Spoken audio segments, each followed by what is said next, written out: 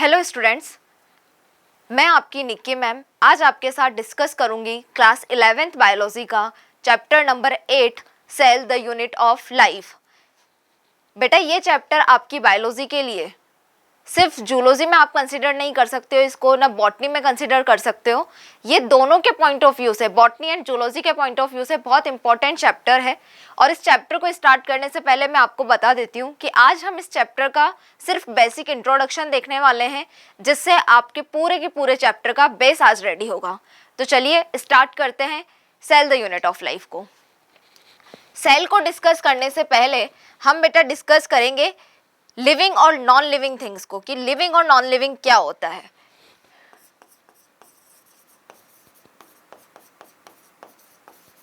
क्यों आपने आपको और मुझे लिविंग बोल दिया, बाहर जो पेड़ हैं उन्हें लिविंग बोल दिया, आपके डॉगी को आपने लिविंग बोल दिया, लेकिन मैंने इस पेन को क्यों नॉन लिविंग बोला? क्यों मैंने इस डायरी को नॉन लिविंग बोल दिया? क्या है ऐसा लिविंग के अंदर कि हम उसको लिविंग कंसीडर कर रहे हैं? नॉन लिविंग में ऐसा क्या है, क्या प्रेजेंट नहीं है कि हम उसको नॉन लिविंग बोल रहे हैं? सोचो, क्या प्रेजेंट है आपके और मेरे अंदर कि मैं बोल रही हूँ कि नहीं, मैं तो लिविंग हूँ, मैं तो एनिमल सेल हूँ, बाहर जो प्लांट्स हैं वो भी लिविंग है लेकिन वो प्लांट सेल है। बेटा अब आपके और नॉन लिविंग थिंग्स के बीच में एक ही बेसिक सा डिफरेंस है और उसका नाम है बेटा ये सेल। अगर किसी भी ऑर्गेनिज्म में सेल प्रेजेंट है तो मैं उसको लिविंग बोलूंगी, लिविंग कंसीडर करूंगी, और अगर सेल प्रेजेंट नहीं है तो वो आपका हो जाएगा नॉन लिविंग ऑर्गेनिज्म। ठीक है, नॉन लिविंग ऑर्गेनिज्म हो जाएगा। तो बताइए, क्या मैम एक ही सेल प्रेजेंट होती है हमारे सबकी बॉडी के अंदर या फिर एक से ज़्यादा होती है? अब क्यूरियोसिटी आपको आ रही होगी, तो मैं आपको बता देती हूँ कि ऐसे ऑर्गेनिज्म जिनमें सिंगल सेल प्रेजेंट होती है उनको बेटा हम बोलते हैं यूनिसेल्यूलर ऑर्गेनिज्म। क्या बोलते हैं? Unicellular organism. Single cell present होने वाले ऑर्गेनिज्म को यूनिसेल्यूलर ऑर्गेनिज्म बोलते हैं। बैक्टीरिया, क्लेमाइडोमोनास, अमीबा, सबके सब क्या है? यूनिसेल्यूलर ऑर्गेनिज्म है। लेकिन आप और मैं, हम सिंगल सेल से मिलकर नहीं बने हैं, हमारी बॉडी में तो मल्टीपल टाइप्स की सेल्स प्रेजेंट है। इसलिए हम क्या बोलते हैं अपने आप को? Multi cellular organism. ऐसे ऑर्गेनिज्म जिनकी बॉडी में मल्टीपल सेल्स प्रेजेंट होती हैं डिफरेंट डिफरेंट फंक्शंस को करने के लिए, उसको हम बोलते हैं बेटा मल्टी सेल्यूलर ऑर्गेनिज्म। और मल्टी सेल्यूलर ऑर्गेनिज्म में एनिमल सेल भी आता है बेटा और आपका प्लांट सेल भी आता है। अब आप सोचो, क्या आप और हम सभी लोग मल्टीपल सेल से, ऐसे स्टार्टिंग से मल्टीपल सेल से मिलकर बने हुए थे या फिर हम भी सिंगल सेल से मिलकर ही बने थे? सोचो कैसे आपका और मेरा फॉर्मेशन हुआ। रिप्रोडक्शन में हम पढ़ेंगे male gamete female gamete fused होते हैं आपस में आकर, और फिर हमारा जाइगोट का फॉर्मेशन होता है। जाइगोट क्या होता है? डिप्लॉइड होती है आपकी जाइगोट की सेल, डिप्लॉइड होती है, लेकिन होती तो एक ही सेल है, प्रेजेंट तो सिंगल सेल ही होती है। अब इस जाइगोट में बहुत सारे क्लीवेज होंगे, बहुत सारे डिवीजन होंगे, जिसकी वजह से सिंगल सेल से 2 सेल, 2 से 4 सेल्स का, 4 सेल से 8 सेल्स का, 8 से 16 सेल्स का, 16 से 32 सेल्स का, ब्लास्टुला गैस्ट्रुला जैसी स्टेज अलग अलग आएंगी और आपका एम्ब्रियो का फॉर्मेशन होगा। तो मैं क्या बोल सकती हूँ, आपका और मेरी बॉडी, हम मल्टी सेल्यूलर ऑर्गेनिज्म हैं लेकिन हम भी एक सिंगल सेल से मिलकर ही बने होते हैं स्टार्टिंग में। धीरे धीरे हमारी बॉडी में जाइगोट के अंदर डिवीज़न होंगे, डिवीज़न होने के बाद में मल्टीपल सेल्स का फॉर्मेशन होगा और फिर हम और आप जैसे मल्टी सेल्यूलर ऑर्गेनिज्म आगे जाकर बनते हैं बेटा, और हमारी बॉडी बनती है। तो यहाँ पे क्या होता है जाइगोट के अंदर बेटा? डिवीज़न होते हैं, बहुत सारे डिवीज़न यहाँ पे प्रेजेंट होते हैं। मैं बोल सकती हूँ बहुत सारे क्लीवेज होते हैं। सेल क्या करती है बेटा? सेल डिवाइड तो हो गई, अब क्या सेल से ही मिलकर बनाए होते हैं? ये स्किन जो है आपको नजर आ रही है या आपके हाथ पर सेल नजर आ रही है कहीं पर? नहीं नहीं मैम, हमें तो स्किन सी नजर आ रही है, यहाँ पे सेल नजर नहीं आ रही है। तो कैसे पता लगेगा सेल कैसे है? सेल ने इतनी बड़ी बॉडी बनाई कैसे है? चलो पहले डिस्कस करते हैं कुछ टर्म्स जो आपको जानना बहुत इंपॉर्टेंट है। आपकी सेल, मल्टीपल सेल्स मिलकर बहुत सारी सेल्स का क्या होता है, ग्रुप ऑफ सेल्स होता है, सेल्स का समूह आपस में जुड़ता है, और ऐसी सेल्स का समूह आपस में जुड़ता है बेटा, ऐसी ग्रुप ऑफ सेल्स आपस में कनेक्ट होती हैं जिनका ओरिजिन क्या होता है, स्पेसिफिक ओरिजिन होता है, स्ट्रक्चर सिमिलर होती है, सेम नहीं बोला है मैंने, सिमिलर स्ट्रक्चर होती है और सिमिलर फंक्शंस को ये करती हैं। तो ऐसा ग्रुप ऑफ सेल जिसका ओरिजिन स्पेसिफिक हो, सिमिलर फंक्शन हो और सिमिलर स्ट्रक्चर हो, तो उसको हम बोलते हैं बेटा टिश्यू। तो ग्रुप ऑफ सेल को क्या बोलेंगे बेटा, हम टिश्यू बोलते हैं। What is tissue? Tissue is a group of cell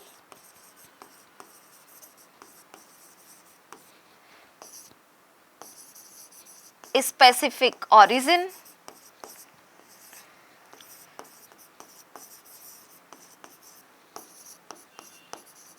similar function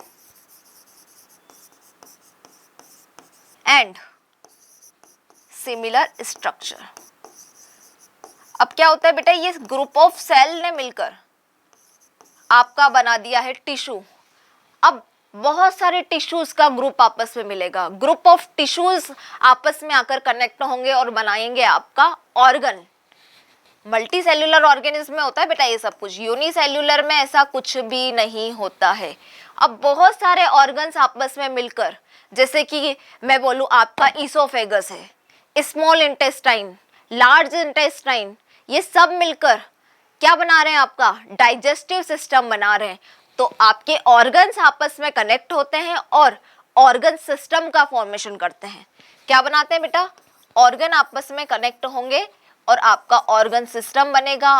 और यही जो ऑर्गन सिस्टम है, बहुत सारे ऑर्गन सिस्टम आपस में मिलेंगे, जैसे digestive system, respiratory system, circulatory system, excretory system, और ये सब मिलकर आपके किसको बनाएंगे, ऑर्गेनिज्म को बनाएंगे। इन सब से मिलकर आपका क्या बनता है बेटा, ऑर्गेनिज्म बनता है। लेकिन मैंने जैसे कि अभी आपको बताया कि ऐसा सिर्फ और सिर्फ होता है मल्टी सेल्यूलर ऑर्गेनिज्म में।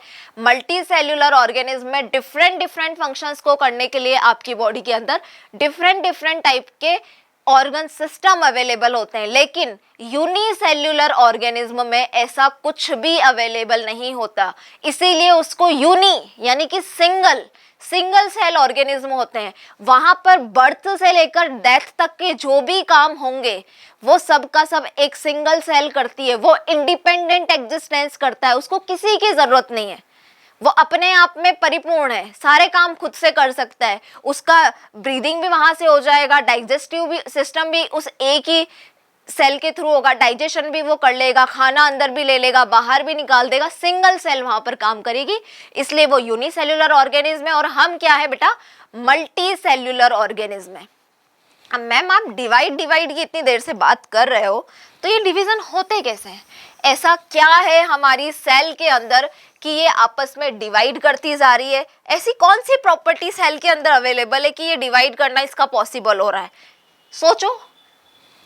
तो बेटा एक सेल के अंदर एक प्रॉपर्टी होती है जिसकी वजह से cell can divide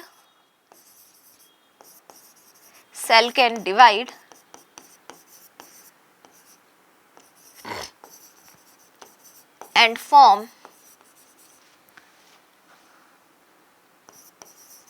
sales its own kind.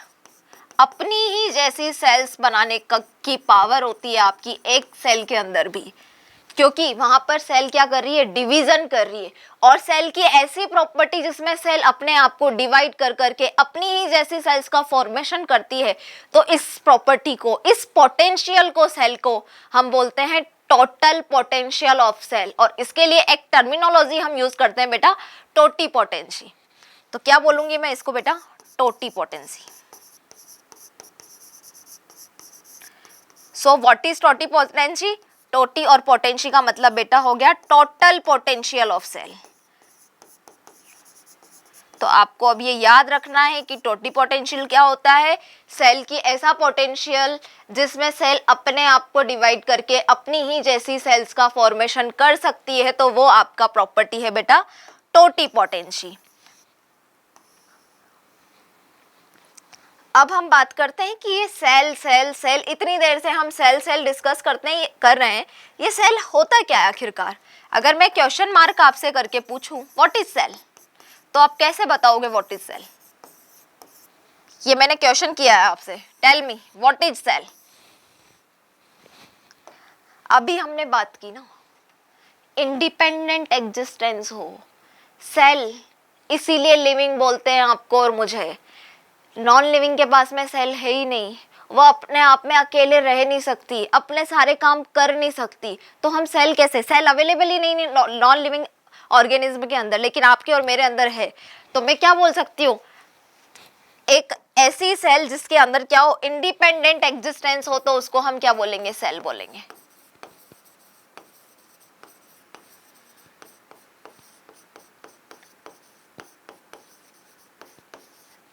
दूसरी चीज सोचो, इंडिपेंडेंट एग्जिस्टेंस हो और जितने भी एसेंशियल फंक्शन होते हैं बॉडी के अंदर, वो सारे के सारे करने की कैपेबिलिटी होगी, तो हम उसको सेल बोलेंगे। तो perform all the essential function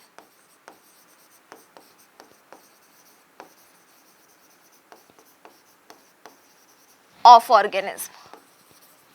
क्या होता है सेल? जो कि अकेला भी रह सकता है और किसी भी ऑर्गेनिज्म के सारे फंक्शन को परफॉर्म कर सकता है, तो उसको सेल बोलेंगे। इसलिए आपकी सेल को क्या बोला जाता है बेटा? बिल्डिंग ब्लॉक ऑफ बॉडी, क्योंकि आपकी बॉडी जो है सेल से मिलकर बनी होती है। इसलिए मैं सेल को एक दूसरा नाम भी दे सकती हूँ, क्या? Building block of body. क्यों बोला है मैंने building block of body cell को? क्योंकि सेल नहीं होगा तो लिविंग ऑर्गेनिज्म भी नहीं होगा, लिविंग ऑर्गेनिज्म होगा तो डेफिनेटली सेल होगा। यानी कि आपकी स्ट्रक्चर का फॉर्मेशन क्या कर रहा है? सेल। सारे के सारे फंक्शन रन करवा रहा है, इसलिए मैं बोल सकती हूँ cell is the structural, functional and fundamental unit of life. क्योंकि हमारे अंदर अगर सेल नहीं है तो वी आर नॉट लिविंग, हम भी नॉन लिविंग है, इस पेन की तरह जो पड़े रहेंगे एक तरफ, जहाँ पे डाला जाएगा। ना बढ़ सकते हैं, ना कम हो सकते हैं, कुछ नहीं कर सकते, ना डिवाइड हो सकते हैं। तो आप क्या बोल सकते हो बेटा? सेल इज द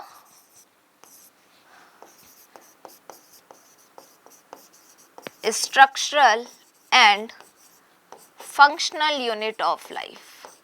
क्यों है structural and functional unit of life? क्योंकि स्ट्रक्चर भी बना रही है और सारे के सारे फंक्शन भी डन कर रही है।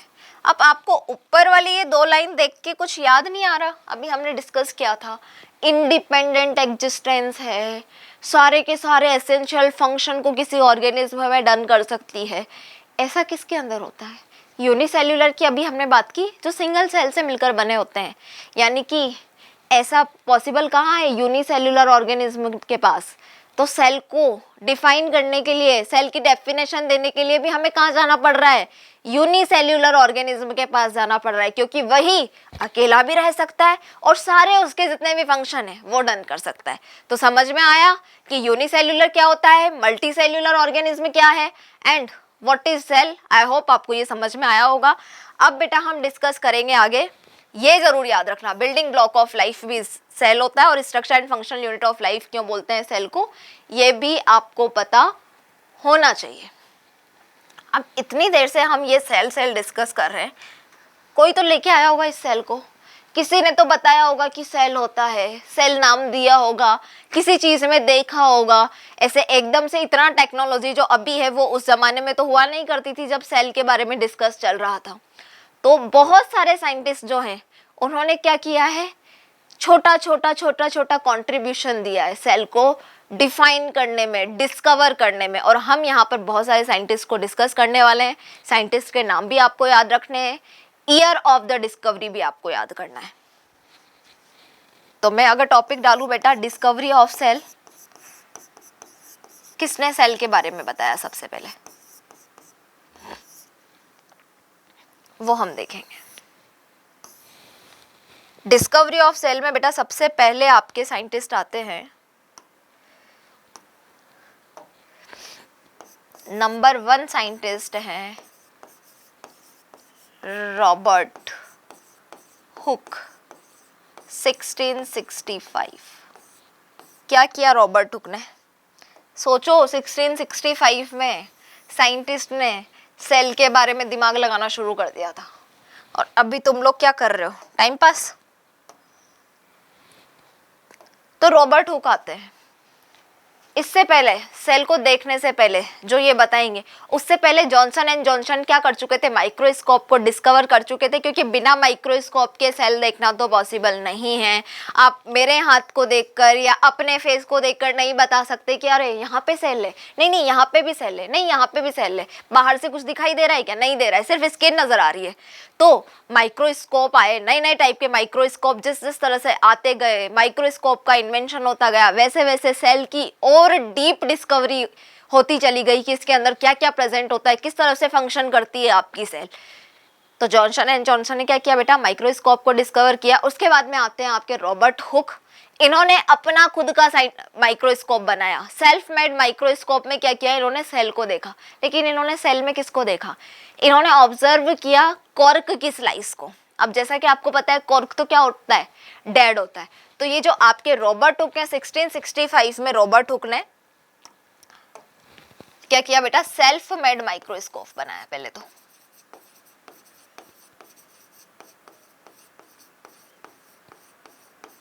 अब सेल्फ मेड माइक्रोस्कोप में इन सर ने ऑब्जर्व किया किसको? Thin slice of cork.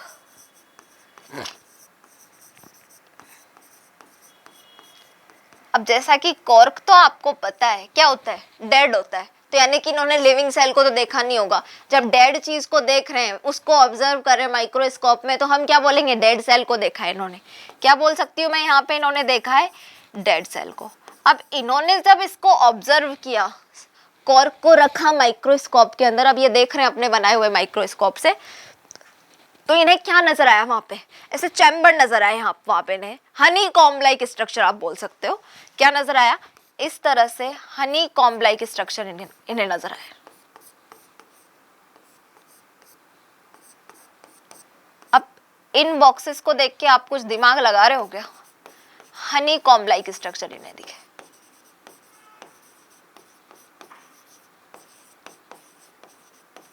जब ये हनी कॉम्ब लाइक स्ट्रक्चर इन्होंने देखे, तो उन्होंने देखा अलग अलग, जैसे कि जेल नहीं होता है, प्रिजन होता है, उसमें अलग अलग सेल बना होता है, अलग अलग कैदी के लिए अलग अलग कमरा है, अलग अलग कमरे में अलग अलग कैदी को रखा हुआ है। मोनेस्ट्री देखिए, मंक्स, उनका क्या होता है? मोनेस्ट्री में अलग अलग मंक्स के लिए अलग अलग रूम्स बने हुए हैं, मंक्स वहां पर रह रहे हैं। तो इनको नजर आया कि ये तो जेल में जैसे कैदी के लिए अलग सा कमरा बना होता है, वैसे यहाँ पे कमरे बने हुए हैं, अलग अलग कंपार्टमेंट्स बने हुए हैं। और उन्हीं कंपार्टमेंट्स को इन्होंने क्या नाम दिया बेटा? सेल्यूले नाम दिया। यानी कि आपके रॉबर्ट हुक ने लिविंग सेल को नहीं देखा। पहली बात तो वो कॉर्क को ऑब्जर्व कर रहे हैं, तो डेड सेल को देखा है। डेड सेल में भी इन्होंने क्या? कमरों को देखा। हनी कॉम्ब लाइक स्ट्रक्चर था, कमरे थे कि कमरे के अंदर जैसे कैदी रहते हैं, वैसे क्या हो रहा है? अलग अलग कंपार्टमेंट्स बने हुए हैं। अब कमरों के अंदर तो खाली था सब कुछ, एम्प्टी रूम्स थे, कुछ भरा हुआ नहीं था। ये कमरे क्या है बेटा? एम्प्टी है, एम्प्टी रूम की तरह का स्ट्रक्चर है। तो ऑल ओवर देखा जाए तो इन्होंने डेड सेल को भी नहीं देखा, इन्होंने बाहर की आउटर लेयरिंग को देखा, जिसको हम बोल सकते हैं सेल वॉल को देखा। इन्होंने सेल को भी नहीं देखा। तो ये एम्प्टी रूम्स थे। अब इन कंपार्टमेंट्स को इन्होंने क्या नाम दिया बेटा? इन कंपार्टमेंट्स को रॉबर्ट हुक ने नाम दे दिया बेटा सेल्यूले। और जो आप सेल आज पढ़ रहे हो, ये टर्म कहीं ना कहीं रॉबर्ट हुक की दी हुई सेल्यूले टर्म से निकल कर आया है। फिर दूसरे साइंटिस्ट आते हैं जिनका नाम है क्या है बेटा? Anton von Leeuwenhoek.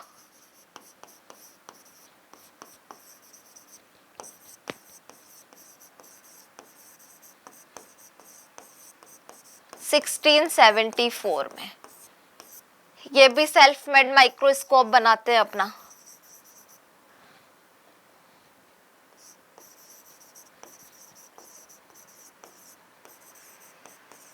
अब इन्होंने अपना माइक्रोस्कोप इन्होंने भी बना लिया, लेकिन इन्होंने थोड़ा अच्छी क्वालिटी का माइक्रोस्कोप बनाया, ये समझ लो। सेल्फ मेड माइक्रोस्कोप बनाते हैं। वैसे आपको पता है ये जो ल्यूवेन साहब थे ना, ये कपड़े बेचने का काम करते थे। तो फिर इन्होंने माइक्रोस्कोप बनाया, फिर उन्होंने देखा कि माइक्रोस्कोप में अपने बेचे हुए कपड़ों को कि अरे ये तो पता नहीं किससे बना होता है, इतने सारे फाइबर्स से अंदर नजर क्या आ रहा है। फिर इनको क्यूरियोसिटी हुई, फिर ये क्या देखते हैं बेटा, पॉन्ड वाटर को देखते हैं। ये एक तालाब में जाते हैं, वहाँ पे इस तरह से पानी उठा के लाते हैं, ये आपका पॉन्ड वाटर है। अब इस पॉन्ड वाटर को ये किस में रखते हैं, माइक्रोस्कोप में, और वहाँ पर 4 टाइप ऑफ लिविंग सेल्स को ये क्या करते हैं बेटा, ऑब्जर्व करते हैं।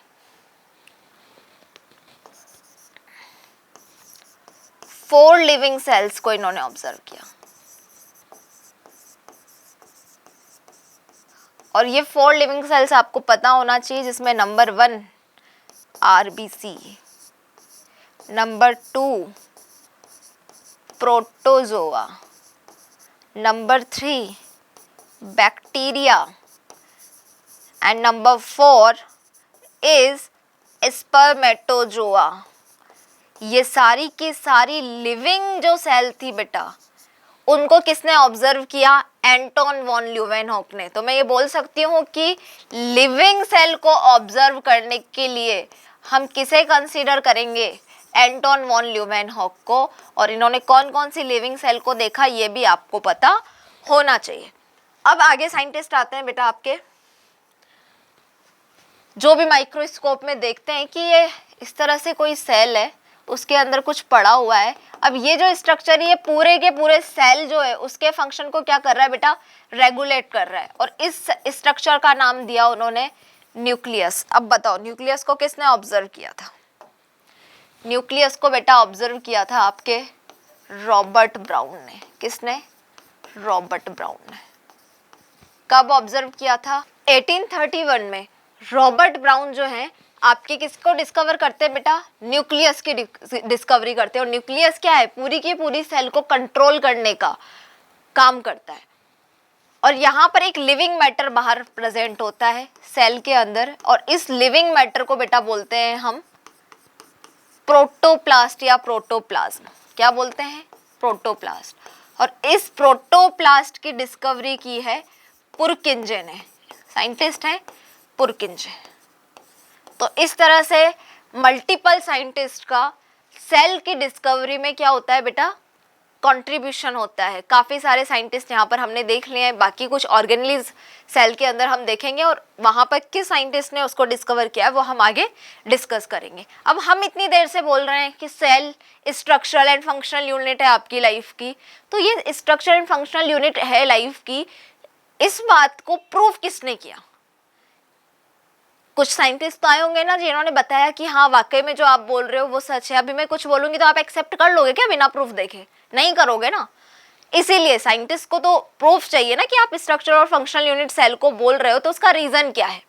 तो उसका रीजन देने के लिए वहां पर कौन अवेलेबल थे बेटा, 3 साइंटिस्ट थे। एक सेल थ्योरी दी गई, एक साइंटिस्ट ने नहीं दी, 2 ने नहीं, 3 साइंटिस्ट ने मिलकर क्या दी बेटा, आपकी सेल थ्योरी को दिया। और सेल थ्योरी में आप देखोगे कि सेल थ्योरी में किस तरह से सेल को स्ट्रक्चर और फंक्शनल यूनिट बताया गया है। फिर कुछ सेल थ्योरी की कमियां भी रही जिसे आगे के साइंटिस्ट ने कंप्लीट किया। तो हम बात करते हैं सेल थ्योरी के बारे में। हेलो,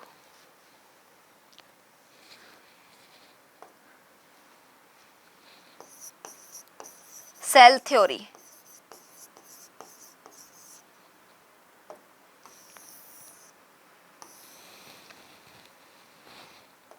सेल थ्योरी के को देने के लिए बेटा सबसे पहले एक साइंटिस्ट आते हैं, मैथियास श्लीडन, 1838। अब ये सेल थ्योरी बताएगी कि कैसे cell is structural and functional unit of life. अब ये मैथियास श्लीडन जो थे ना बेटा, ये एक जर्मन बॉटनिस्ट थे। क्या थे, जर्मन बॉटनिस्ट थे। ये याद रखना है भाई, बॉटनिस्ट कौन थे, जूलॉजिस्ट कौन थे, क्योंकि अगर मैचिंग वाले क्वेश्चन आते हैं तो आप यहाँ पर ही कंफ्यूज हो जाते हो, और ये छोटी सी मिस्टेक आपको बहुत नीट लेवल पर भारी पड़ जाती है। जर्मन बॉटनिस्ट थे। अब ऑब्वियस सी बात है, बॉटनी वाले हैं तो क्या करेंगे, प्लांट्स को ऑब्जर्व करेंगे। तो किसको ऑब्जर्व किया आपके श्लीडन ने, प्लांट सेल को ऑब्जर्व किया। Observe plant cell. Plant cell को ऑब्जर्व करके इन्होंने बोला कि जितने भी प्लांट हैं वो किससे मिलकर बने होते हैं, प्लांट सेल से।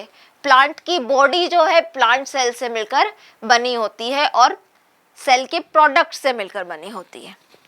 क्या बोला आपके मैथियास श्लीडर ने कि प्लांट सेल को ऑब्जर्व किया और बोला all plants body are formed with cells and cell products।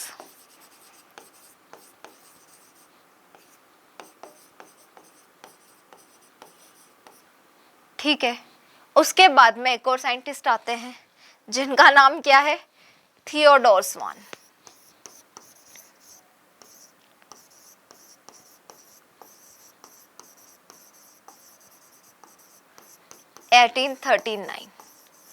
Theodore स्वान बेटा थे German zoologist.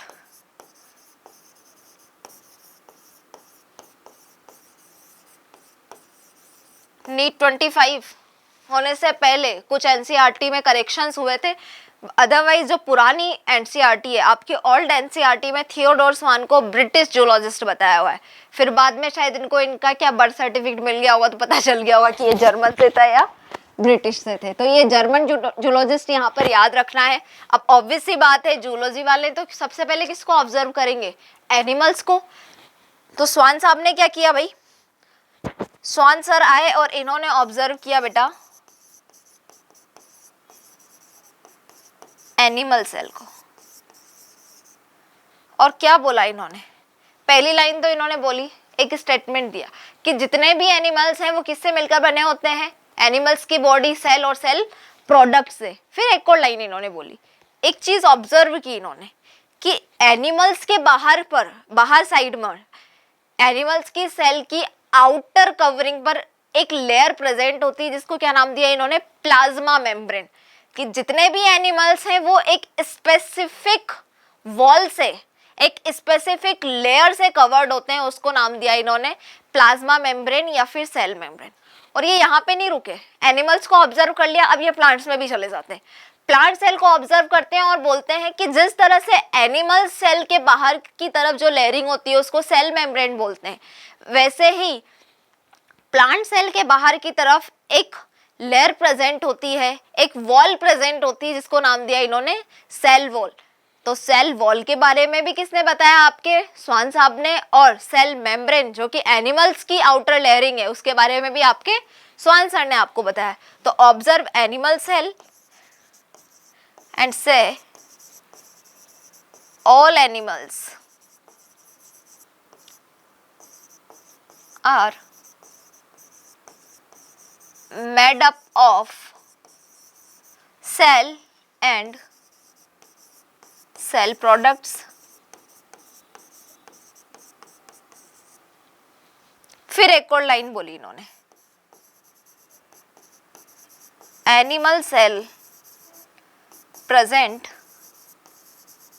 Cell membrane.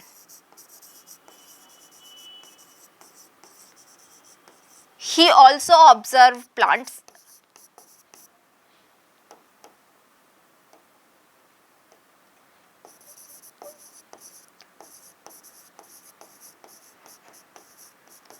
Plant cell. और क्या बोला इन्होंने प्लांट सेल के लिए भी, आउटर लेयरिंग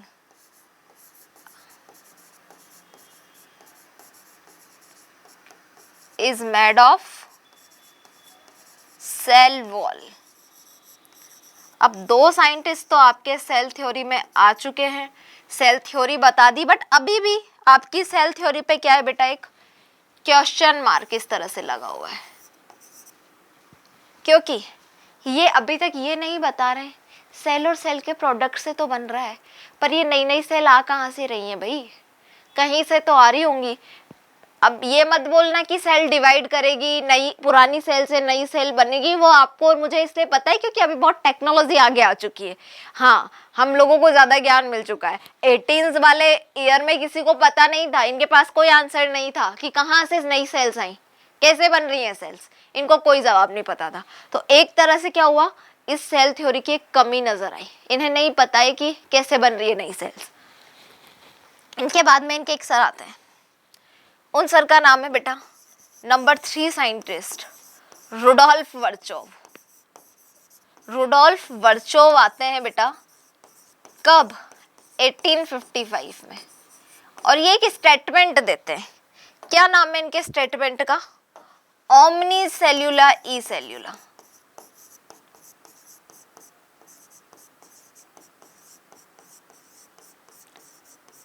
क्या मतलब होता है ओमनी सेल्यूला ई सेल्यूला का? इन्होंने बोला कि जितनी भी सेल्स जो कि नई फॉर्म्ड हो रही हैं वो सारी की सारी सेल्स पुरानी सेल्स से क्या होती है? बनती है। नई सेल्स का फॉर्मेशन पुरानी सेल्स से होता है। New cells are formed by pre existing cells, जो पहले से एग्जिस्टेंस करती हैं, पहले से एग्जिस्ट करती हैं सेल्स, उन्हीं से नई सेल्स का फॉर्मेशन होता है। ये स्टेटमेंट दिया किसने? रुडोल्फ विर्चोव ने। और इस स्टेटमेंट को क्या बोलते हैं हम? Law of cell lineage. इस स्टेटमेंट का आपको एक और नाम पता होना चाहिए बेटा, लॉ ऑफ सेल लीनिएज।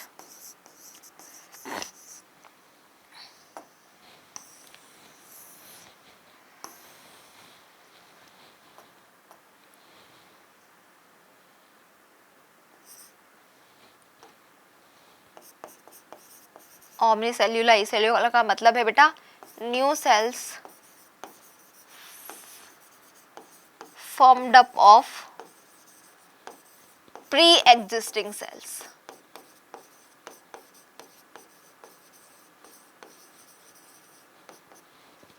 तो इस तरह से जो सेल थ्योरी थी थियोडोर स्वान और मैथियास लीडर ने दी थी, उसकी कमी को इन्होंने पूरा कर दिया। तो सेल थ्योरी के लिए तो दो ही साइंटिस्ट को हम कंसीडर करते हैं, मैथियास स्लीडन एंड थियोडोर स्वान।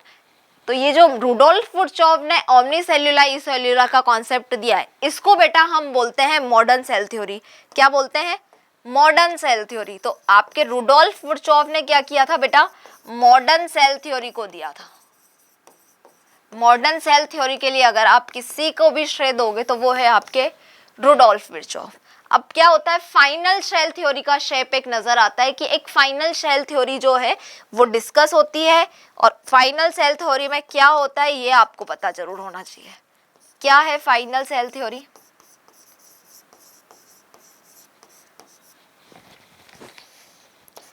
दो स्टेटमेंट है फाइनल सेल थ्योरी में। All organism are made up of cells and cell products।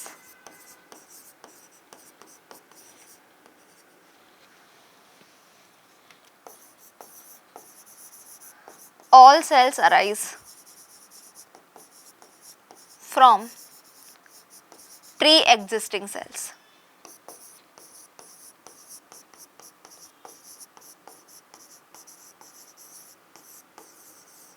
और इस तरह से आपकी सेल थ्योरी जो है यहाँ पर सम अप होती है। अब हमने लिविंग नॉन लिविंग भी डिस्कस कर लिया, व्हाट इज सेल भी हम डिस्कस कर चुके हैं। सेल को स्ट्रक्चर और फंक्शनल यूनिट बोलने के लिए जो सेल थ्योरी दी गई है हम उसको भी क्या कर चुके हैं बेटा? डिस्कस कर चुके हैं।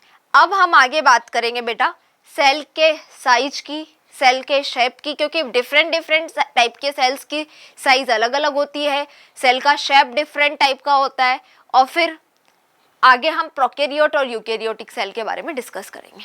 तो पहले हम डिस्कस करते हैं बेटा सेल का साइज, कि प्रोकैरियोटिक सेल और यूकैरियोटिक सेल अलग अलग टाइप के सेल्स का साइज क्या होता है बेटा। तो अगर मैं बात करूं प्रोकैरियोटिक सेल की और इधर मैं बात कर रही हूं बेटा यूकैरियोटिक सेल की,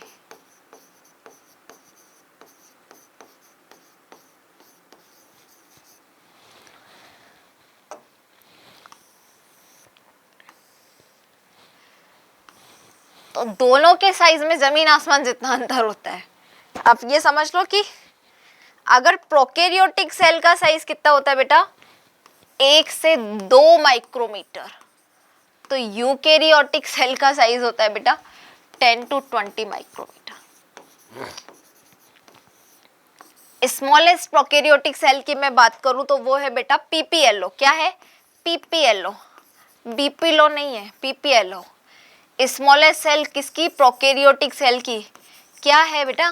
पीपीएलओ। पीपीएलओ एक तरह का माइकोप्लाज्मा है और अगर इसकी फुल फॉर्म की मैं बात करूं तो वो है प्लूरोनिमोनिया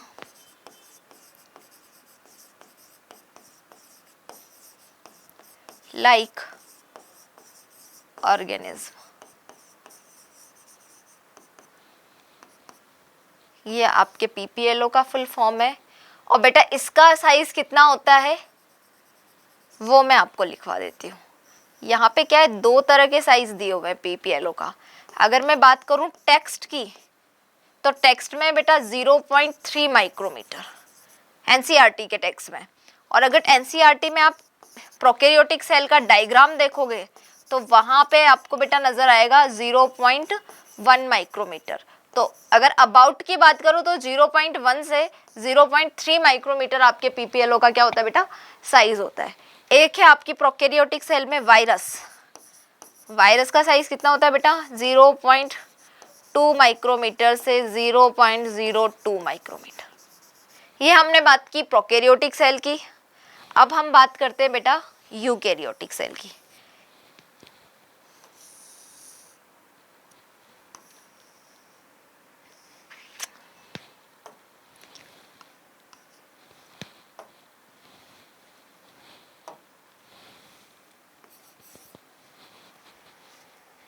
यूकैरियोटिक सेल का एवरेज साइज है 10 to 20 माइक्रोमीटर। अब यूकैरियोटिक सेल में जिसमें प्लांट सेल भी आती है, एनिमल सेल भी आती है, लेकिन सारे के सारे यूकैरियोट्स में लार्जेस्ट सेल की बात की जाए और लॉन्गेस्ट सेल की बात की जाए तो वो देखो कौन सी है। लॉन्गेस्ट सेल है बेटा आपका ब्लू वेल का न्यूरॉन और उसका साइज होता है बेटा 15 to 30 मीटर। सारे के सारे यूकैरियोट्स की बात कर रही हूं मैं। लार्जेस्ट यूकैरियोटिक सेल की अगर मैं बात करूं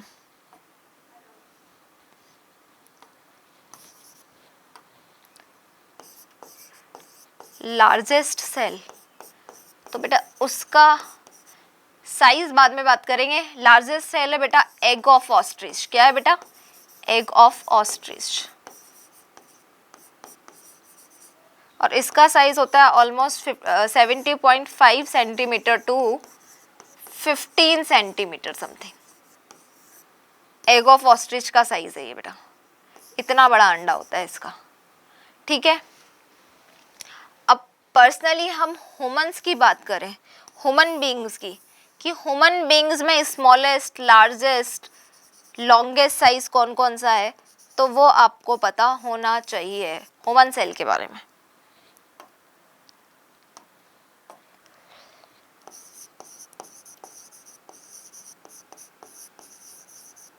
बेटा लॉन्गेस्ट सेल कौन सी है? न्यूरॉन। आपका हमारा साइज क्या होता है? 15 to 20 सेंटीमीटर, ज़्यादा से ज़्यादा यही होता है। लार्जेस्ट क्या सेल, लार्जेस्ट सेल कौन सी है ह्यूमन बीइंग के अंदर? और स्मॉलेस्ट भी बता दो।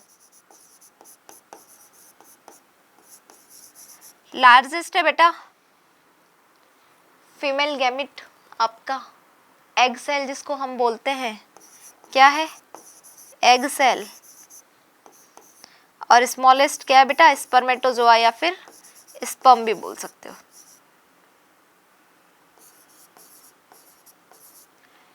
इस टाइप का सेल साइज होता है। प्रोकैरियोटिक का क्या है, यहाँ पे टेक्स्ट और डायग्राम में याद रखना, दोनों एक साथ नहीं देगा, टेंशन लेने की कोई बात नहीं है। देगा तो अबाउट में देगा, तो दोनों के मिड में आपको चीजें याद रखनी है। वायरस का साइज याद रखना है, स्मॉलेस्ट सेल जो है पीपीएलओ होता है, ये भी याद रखना है। और बेसिक प्रोकैरियोटिक जितनी भी सेल्स होती है उनका नॉर्मल साइज कितना होता है, 1 से 2 माइक्रोमीटर होता है। यूकेरियोट्स का नॉर्मल साइज 10 to 20 माइक्रोमीटर होता है। लॉन्गेस्ट सेल अगर हम बात करें सारे के सारे यूकेरियोट्स में, तो लॉन्गेस्ट सेल है बेटा आपका ब्लू व्हेल का न्यूरॉन, और लार्जेस्ट सेल है ऑस्ट्रिच का अंडा। और ह्यूमन बीइंग में भी आपको पता होना चाहिए कि लॉन्गेस्ट सेल न्यूरॉन है बेटा, लार्जेस्ट एग सेल है आपकी, और स्मॉलेस्ट है स्पर्मेटोजोआ। अब हम बात करते हैं सेल के शेप की।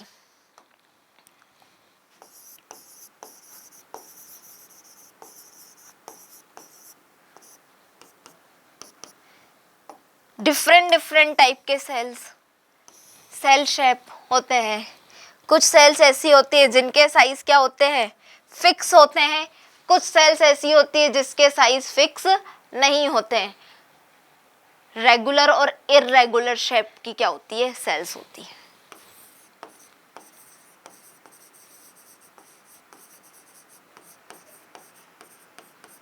और एक है आपकी इर्रेगुलर शेप। और इर्रेगुलर शेप क्या होता है आपका, इर्रेगुलर अमीबा ही होता है भाई सबका। इर्रेगुलर क्या होता है आपका, अमीबा। तो अमीबॉइड टाइप की सेल होगी। और अमीबॉइड टाइप की क्या होती है बेटा सेल आपकी, बहुत आंखों में जा रही है, WBC। क्यों होती है WBC, क्योंकि इस तरह से ये ब्लड वेसल्स हैं। अब यहाँ पे ये अमीबा की शेप में आपका WBC पड़ा हुआ है। अब इसको क्या करना है, अंदर एंटर करना है ब्लड वेसल्स के अंदर, तो ये क्या होगी, पिचक के जाएगी, डायापिसिस करेगी। तो इसलिए आपकी क्या होती है बेटा, WBC का जो शेप होता है वो रेगुलर या फिक्स नहीं होता है, इर्रेगुलर शेप होता है, अमीबॉइड टाइप का शेप होता है। लेकिन अगर मैं बात करूं फिक्स शेप की कि रेगुलर शेप में क्या क्या आती हैं, तो उसके लिए है सबसे पहले RBC की बात कर लो। RBC कैसी होती है, राउंड होती है और biconcave, round and biconcave shape होता है।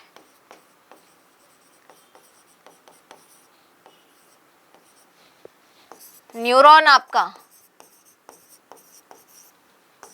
कैसा होता है, आपका neuron branched and elongated.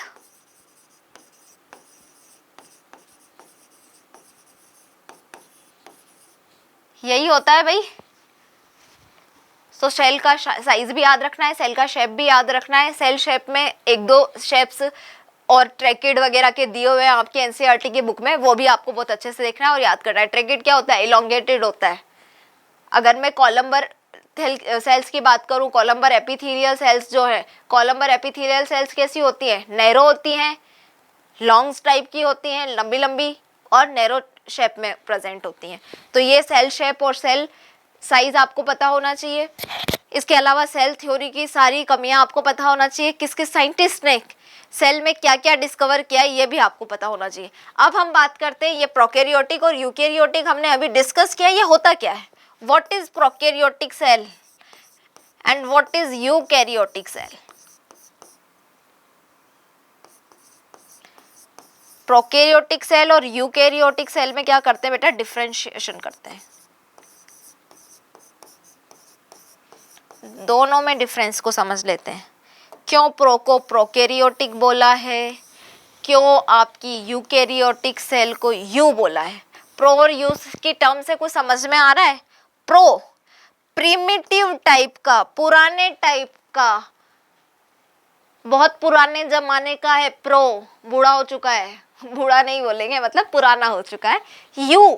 You का मतलब क्या होता है, ट्रू सेल्स जिनको होता है उनको बोलते हैं बेटा यूकैरियोटिक सेल। अब ऐसा क्या प्रेजेंट है प्रोकैरियोटिक या यूकैरियोटिक में कि यूकैरियोटिक को तो हम ट्रू सेल नाम दे रहे हैं, लेकिन प्रोकैरियोटिक को हम क्या नाम दे रहे हैं, प्रो प्रिमिटिव आदिम जमाने की सेल बोल रहे हैं। तो प्रोकैरियोटिक में बेटा होता है आपका प्रेजेंट प्रिमिटिव टाइप का न्यूक्लियस। सबसे पहले हम बात करते हैं न्यूक्लियस की, कि क्या प्रोकैरियोटिक सेल में वेल डिफाइंड न्यूक्लियस प्रेजेंट है। क्या बेटा, वेल डिफाइंड न्यूक्लियस। न्यूक्लियस क्या होता है प्रोकैरियोटिक सेल में, एब्सेंट होता है। इसीलिए इसकी सेल को प्रोकैरियोटिक बोला। लेकिन वेल डिफाइंड न्यूक्लियस क्या होता है, प्रेजेंट होता है किसमें, यूकेरियोटिक सेल में।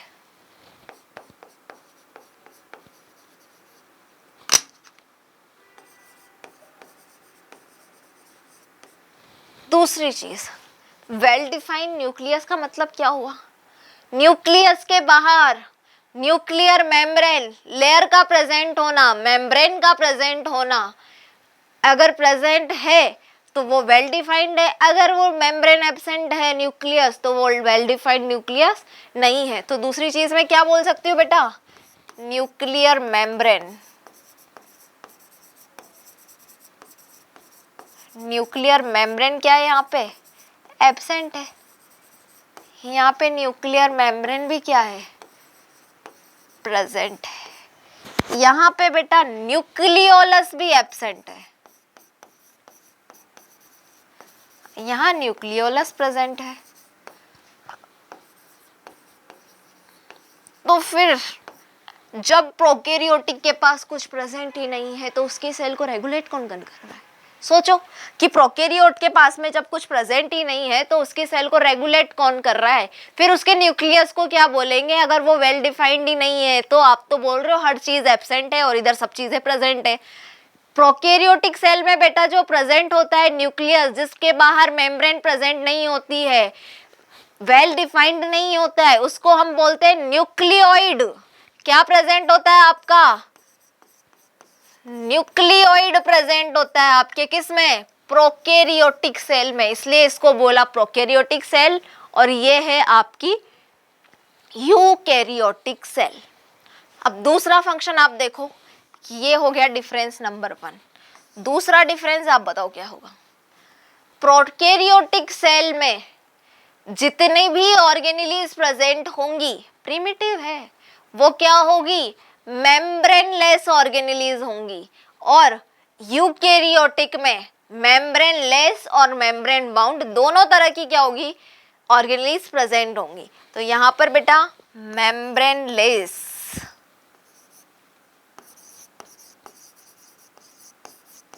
Membraneless organism present, organelles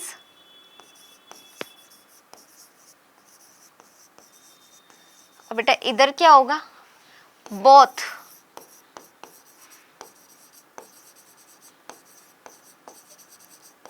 membrane bound and membraneless। अब मेम्ब्रेनलेस ऑर्गेनिज्म कौन सा है, सॉरी ऑर्गेनेलीज कौन सी है, राइबोसोम, जो कहाँ प्रेजेंट होती है, एक सेकेंड ये दिखाई दे भी रहा है या नहीं, चेंज कर देते हैं कलर। राइबोसोम कहाँ प्रेजेंट होता है, प्रोकैरियोटिक में प्रेजेंट होता है। यहाँ पे भी मेम्ब्रेनलेस कौन सा है ऑर्गेनेलीज, राइबोसोम है जो प्रेजेंट है। लेकिन यहाँ पे राइबोसोम के साथ साथ एक और मेम्ब्रेनलेस ऑर्गेनेलीज प्रेजेंट है जिसको हम नाम दे रहे हैं सेंट्रियोल। और मेम्ब्रेन बाउंड ऑर्गेनेलीज क्या है, membrane bound organelles like Golgi complex, ER etcetera. ठीक है, अब यहाँ पे जो ये तुम राइबोसोम राइबोसोम कर रहे हो ना बेटा, प्रोकैरियोटिक में जो राइबोसोम प्रेजेंट होता है आपका, वो राइबोसोम क्या है, 70S राइबोसोम है। यहाँ पे जो राइबोसोम प्रेजेंट होगा वो राइबोसोम 70S और 80S दोनों राइबोसोम क्या होंगे बेटा, प्रेजेंट होंगे। और ये 70S और 80S राइबोसोम, हम राइबोसोम जब आगे बहुत डीप डिस्कस करेंगे राइबोसोम ऑर्गेनेलीज को यूकैरियोट्स में, तब हम बहुत अच्छे से पढ़ेंगे। ये 70S और 80S, ये S का मतलब क्या होता है, स्वेटबर्ग यूनिट, इसके बारे में भी हम अच्छे से डिस्कस करेंगे जब राइबोसोम को पढ़ेंगे। अब 70S राइबोसोम कहाँ प्रेजेंट होता है बेटा, यूकैरियोट्स में। ये प्रेजेंट होता है बेटा एक तो माइटोकॉन्ड्रिया में, माइटोकॉन्ड्रिया के अंदर। एक ये बेटा प्रेजेंट होता है आपके क्लोरोप्लास्ट। और 80S राइबोसोम कहाँ प्रेजेंट होता है, न्यूक्लियस के बाहर जब आपकी ईआर हम पढ़ेंगे एंडोप्लाज्मिक रेटिक्यूलम, तो उसके ऊपर जो प्रेजेंट होता है वो एटीएस राइबोसोम होता है आपका, ठीक है। अब प्रोकैरियोटिक और यूकैरियोटिक में आगे डिफरेंस देख लो।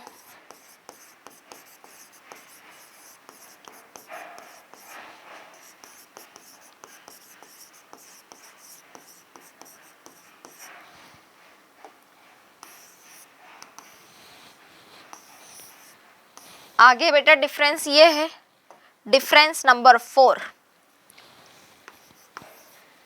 इसका साइज कितना होता है 1 से 2 माइक्रोमीटर, इसका साइज कितना है बेटा 10 to 20 माइक्रोमीटर, ठीक है। यहाँ पे प्रोकैरियोटिक में गैस वैक्यूल प्रेजेंट होता है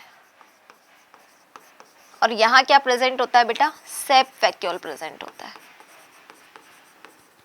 प्रोकैरियोटिक में आपका क्या करने के लिए, फोटोसिंथेसिस करने के लिए एक स्ट्रक्चर प्रेजेंट होती है जिसको हम बोलते हैं क्रोमेटोफोर, और यूकैरियोटिक में उसी स्ट्रक्चर को क्या बोलते हैं, क्लोरोप्लास्ट। यहाँ क्रोमेटोफोर जैसा कोई स्ट्रक्चर नहीं होता है भाई, ऑब्वियस सी बात है, यूकैरियोटिक बहुत वेल डिफाइंड ऑर्गेनिज्म है, तो क्रोमेटोफोर जैसे स्ट्रक्चर से क्या होगा, एक प्रॉपर ऑर्गेनेलिस चाहिए, क्योंकि फोटोसिंथेसिस यूकैरियोट्स में कौन करेगा, सिर्फ और सिर्फ प्लांट करेंगे। आप या हम जैसे एनिमल सेल वाले ऑर्गेनिज्म क्या करेंगे, फोटोसिंथेसिस नहीं करेंगे। हम नहीं अपना खाना बनाते हैं, हमें तो रखी रखाया पसंद है कि बस प्लेट लगा के दे दो, हम तो उठ के खा लेंगे, हमसे नहीं मेहनत होती, क्योंकि भगवान ने दिया भी नहीं क्लोरोप्लास्ट जैसा कुछ हमारे अंदर। आपके प्रोकैरियोटिक सेल का क्या है बेटा, सेल मेम्ब्रेन जो है ना, सेल मेम्ब्रेन, उसमें क्या प्रेजेंट होते हैं, रेस्पिरेटरी एंजाइम्स यहाँ पे प्रेजेंट होते हैं। Cell membrane is bounded by respiratory enzyme.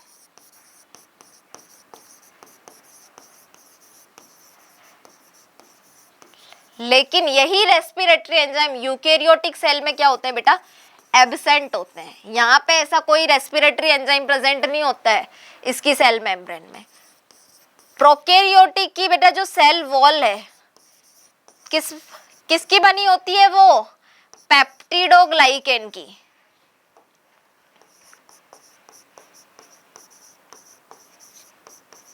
Peptidoglycan की बनी हुई क्या होती है, सेल वॉल होती है, यानी कि बैक्टीरिया में होती है। यहाँ पे क्या होगा बेटा, सेल वॉल, पहली चीज तो एनिमल सेल में नहीं होगी। दूसरी बात, प्लांट सेल में अगर सेल वॉल है, ऑब्वियस सी बात है, और वो है, वो बनी होती है बेटा सेल्यूलोज की। और आपके अगर मैं फंजाई की बात करूं यूकैरियोटिक सेल में, तो फंजाई की बॉडी सेल वॉल जो होती है वो बनी होती है बेटा काइटिन की। काइटिन क्या है, एन-एसिटाइल ग्लूकोसामिन का पॉलीमर है इसका। कुछ और डिफरेंस देख लो प्रोकैरियोट और यूकैरियोट में। तुम बोर तो नहीं हो रहे हो ना भाई?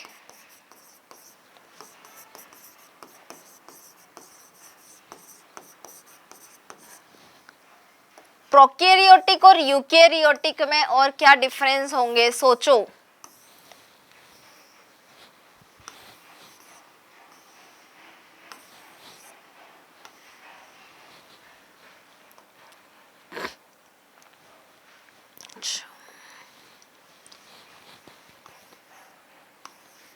बेटा प्रोकैरियोटिक में क्या होता है,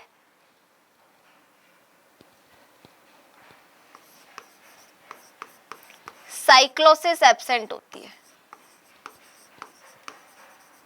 और यहाँ पे यूकैरियोटिक में क्या होती है, प्रेजेंट होती है साइक्लोसिस। अब मैम साइक्लोसिस क्या होती है, अभी हमने बात किया, सेल है, सेल के अंदर न्यूक्लियस है, न्यूक्लियस क्या कर रहा है, सेल को कंट्रोल कर रहा है। न्यूक्लियस के बाहर की तरफ लिविंग मटेरियल प्रेजेंट है, लिविंग लिक्विड प्रेजेंट है, जिसको प्रोटोप्लास्ट नाम दिया था। साइटोप्लाज्म जो है वो आपका क्लॉकवाइज और एंटी क्लॉकवाइज क्या होता है, घूमता है, क्लॉकवाइज और एंटी क्लॉकवाइज मूवमेंट करता है। तो प्रोकैरियोटिक में ऐसा कोई मूवमेंट शो नहीं होता, लेकिन यूकैरियोटिक में ऐसा मूवमेंट आपको दिखाई देगा। साइटोस्केलेटल स्ट्रक्चर्स की अगर हम बात करें, माइक्रोट्यूब्यूल्स वगैरह,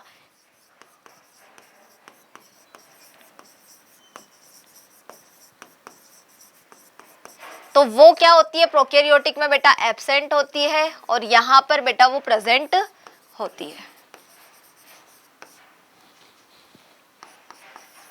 आपकी जो प्रोकैरियोटिक सेल का क्या होता है, फ्लैजिला होता है, वहां पे 9+2 अरेंजमेंट एब्सेंट होता है, लेकिन यूकेरियोटिक सेल के फ्लैजिला में 9+2 जो अरेंजमेंट है बेटा वो प्रेजेंट होगा।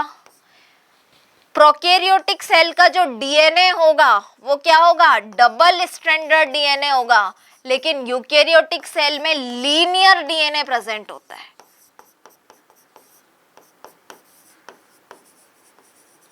प्रोकैरियोटिक सेल का डीएनए नेक्ड होता है, नेक्ड डीएनए प्रेजेंट होता है बेटा यहां पे। एक सेकेंड,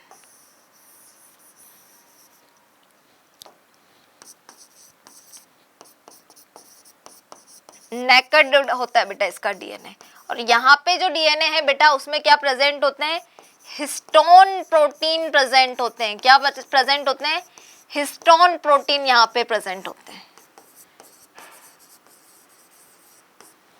अगर मैं प्रोकैरियोटिक सेल के एग्जाम्पल की बात करूं तो क्या है, बैक्टीरिया, अमीबा, क्लेमाइडोमोनास वगैरह। और यूकेरियोटिक सेल का एग्जाम्पल क्या है बेटा, प्लांट सेल, एनिमल सेल। यानी कि आप चैप्टर नंबर 2 बायोलॉजिकल क्लासिफिकेशन जब हम पढ़ेंगे तो वहां पर हम RH टेकर के 5 किंगडम सिस्टम्स को देखेंगे, तो मोनेरन्स जितने भी होते हैं वो सारे के सारे प्रोकैरियोट्स हैं, और आपके यूकेरियोटिक में प्रोटिस्ट, फंजाई, प्लांट्स और एनिमल्स को कंसीडर किया जाता है। अगर मैं एक क्वेश्चन आपको पूछूं कि जितने भी प्रोकैरियोट सेल हैं, प्रोकैरियोटिक सेल में सारे के सारे मेम्ब्रेनलेस ऑर्गेनिज्म प्रेजेंट होते हैं। प्रोकैरियोटिक सेल में सारे के सारे मेम्ब्रेनलेस ऑर्गेनिज्म प्रेजेंट होते हैं। अगर मैं ये लाइन आपको बोलूं तो क्या ये स्टेटमेंट सही है, सोचो। सारे के सारे मेम्ब्रेनलेस ऑर्गेनिज्म प्रोकैरियोटिक में प्रेजेंट है, नहीं है। मेम्ब्रेनलेस ऑर्गेनेलिज प्रेजेंट होता है प्रोकैरियोटिक सेल में, लेकिन सारी मेम्ब्रेनलेस ऑर्गेनेलिज प्रोकैरियोटिक में प्रेजेंट नहीं होता है। यूकेरियोटिक में भी क्या होता है, राइबोसोम होता है। सेंट्रियोल जो कि प्रोकैरियोटिक में है ही नहीं, वो कहाँ पे प्रेजेंट है, आपके यूकेरियोटिक सेल में प्रेजेंट है।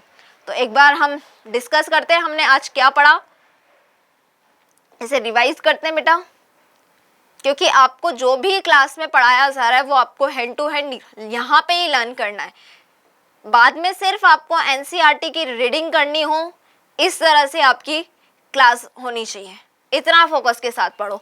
Cell the unit of life chapter start किया, लिविंग नॉन लिविंग क्या होता है देख लिया, सेल प्रेजेंट है तो लिविंग है, अदरवाइज नॉन लिविंग है। यूनिसेल्यूलर, मल्टीसेल्यूलर दो तरह के ऑर्गेनिज्म होते हैं। यूनिसेल्यूलर ऑर्गेनिज्म जो होते हैं वो सिंगल सेल से मिलकर बने होते हैं, इंडिपेंडेंट एग्जिस्टेंस रखते हैं, सारे के सारे फंक्शन एक ही सेल करती है। लेकिन मल्टी सेल्यूलर में सारे के सारे फंक्शंस करने के लिए मल्टीपल टाइप की सेल्स प्रेजेंट होती हैं, और इन मल्टीपल टाइप की सेल्स आपस में मिलकर ग्रुप ऑफ सेल टिश्यू का फॉर्मेशन कर रही है। टिश्यू आपस में जुड़कर ऑर्गन्स बना रहे हैं, ऑर्गन से ऑर्गन सिस्टम बन रहा है, और काफी सारे सिस्टम्स मिलकर आपके ऑर्गेनिज्म को देख रहे हैं।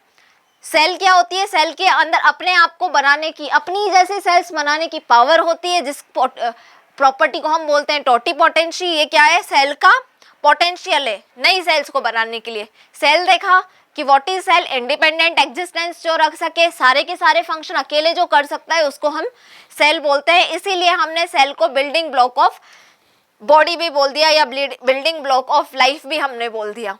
सेल की डिस्कवरी की सबसे पहले रॉबर्ट हुक आते हैं, अपना माइक्रोस्कोप खुद बनाते हैं, थिन स्लाइस को ऑब्जर्व करते हैं, किसकी, कॉर्क की स्लाइस को, डेड जो होती है कॉर्क की स्लाइस, उसको देखते हैं खाली कमरे हैं, छोटे छोटे कमरे अलग से बने हुए हैं, मोनेस्ट्री की तरह के कमरे बने हुए हैं, लेकिन अंदर से कमरे क्या हैं, वो अपार्टमेंट्स खाली हैं, और उन्हीं एम्प्टी रूम्स को क्या नाम दे दिया, सेल्यूलर नाम दे दिया, और उसी से आगे आपकी टर्म बनी है सेल। उसके बाद आ रहे हैं आपके एंटोन वैन ल्यूमेनहोक साइंटिस्ट, जिन्होंने क्या किया, फिर से खुद का माइक्रोस्कोप बना लिया। इन्होंने लिविंग सेल को देखा, किस में देखा, पॉन्ड वाटर में देखा। 4 तरह की लिविंग सेल्स थी, आरबीसी, प्रोटोजोआ, बैक्टीरिया और स्पर्मेटोजोआ।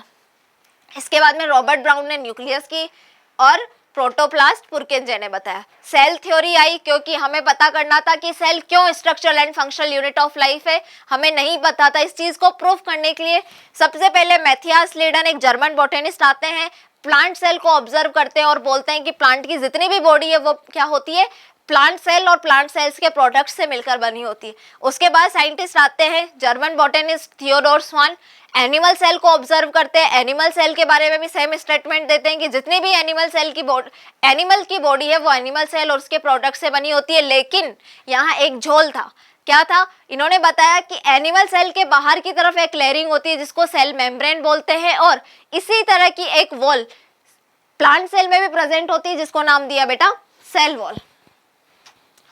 लेकिन इन दोनों को ये नहीं बताया कि नई सेल्स बन कहाँ रही है। इस चीज को क्लियर करने के रुडोल्फ विर्चोव आते हैं 1855 में, ओमनी सेल्यूला ई सेल्यूला का एक स्टेटमेंट देते हैं जिसे हम मॉडर्न सेल थ्योरी बोलते हैं, और ये बता रहे हैं कि जितनी भी नई सेल्स हैं वो पहले से अवेलेबल सेल्स से, पुरानी सेल से मिलकर बनी होती हैं। और हमें एक फाइनल सेल थ्योरी का शेप पता चलता है कि all organisms are made up of cells and cell products and all cells arise from pre-existing cells। ये फाइनल सेल थ्योरी का शेप हमारे सामने आता है। और फाइनल सेल थ्योरी का शेप आने के बाद में आपको एक चीज यहाँ पर याद रखनी है, सेल थ्योरी का क्या एक्सेप्शन। अगर मैं एक्सेप्शन की बात करूं तो आपकी ये जो सेल थ्योरी ना बेटा, ये जितनी भी बात कर रही है वो प्लांट सेल और एनिमल सेल की बात कर रही है, यानी कि यूकेरियोटिक सेल की बात कर रही है। प्रोकैरियोटिक सेल के बारे में सेल थ्योरी या मॉडर्न सेल थ्योरी ने कुछ भी डिस्कस नहीं किया। यानी कि ये जो बॉर्डर लाइन पे बैठा हुआ है हमारा वायरस, इसके बारे में आपकी सेल थ्योरी क्या बताती है? नहीं बताती, क्योंकि ये तो एसेल्यूलर है, ये तो बॉर्डर लाइन वाला है। होस्ट मिल गया तो लिविंग, होस्ट नहीं मिला बाहर पड़ा हुआ है तो नॉन लिविंग। इन्होंने बैक्टीरिया के बारे में भी कोई डिस्कस नहीं किया, आरबीसी के बारे में नहीं बताया, सीव ट्यूब के बारे में नहीं बताया। तो इन सब चीजों, आरबीसी, बैक्टीरिया, सीव ट्यूब और वायरस आपकी सेल थ्योरी के क्या है बेटा? एक्सेप्शन है। सेल का साइज देखा, यूकेरियोटिक सेल का साइज, प्रोकैरियोटिक सेल का साइज हमने देख लिया। सेल शेप देख लिया कि इरेगुलर शेप होता है कुछ सेल्स का, और कुछ सेल्स का क्या होता है? रेगुलर शेप होता है। फिर हमने डिस्कस किया प्रोकैरियोटिक और यूकेरियोटिक सेल में क्या क्या डिफरेंशिएट हम कर सकते हैं, क्या क्या डिफरेंस है इन दोनों के बीच में। इन दोनों चीज़ों को हमने पढ़ा। अब कल हम डिस्कस करेंगे प्रोकैरियोटिक सेल का स्ट्रक्चर नेक्स्ट लेक्चर में, और देखेंगे कि प्रोकैरियोटिक सेल के स्ट्रक्चर के अंदर अलग अलग ऑर्गेनेल्स क्या क्या प्रेजेंट है, वो किस तरह से मिलकर बनी हुई होती है, उसका स्ट्रक्चर क्या होता है। लेकिन उससे पहले आपको ये सारी चीज़ें लर्न करनी है, एनसीईआरटी की रीडिंग करनी है। ओके बेटा, थैंक यू सो मच।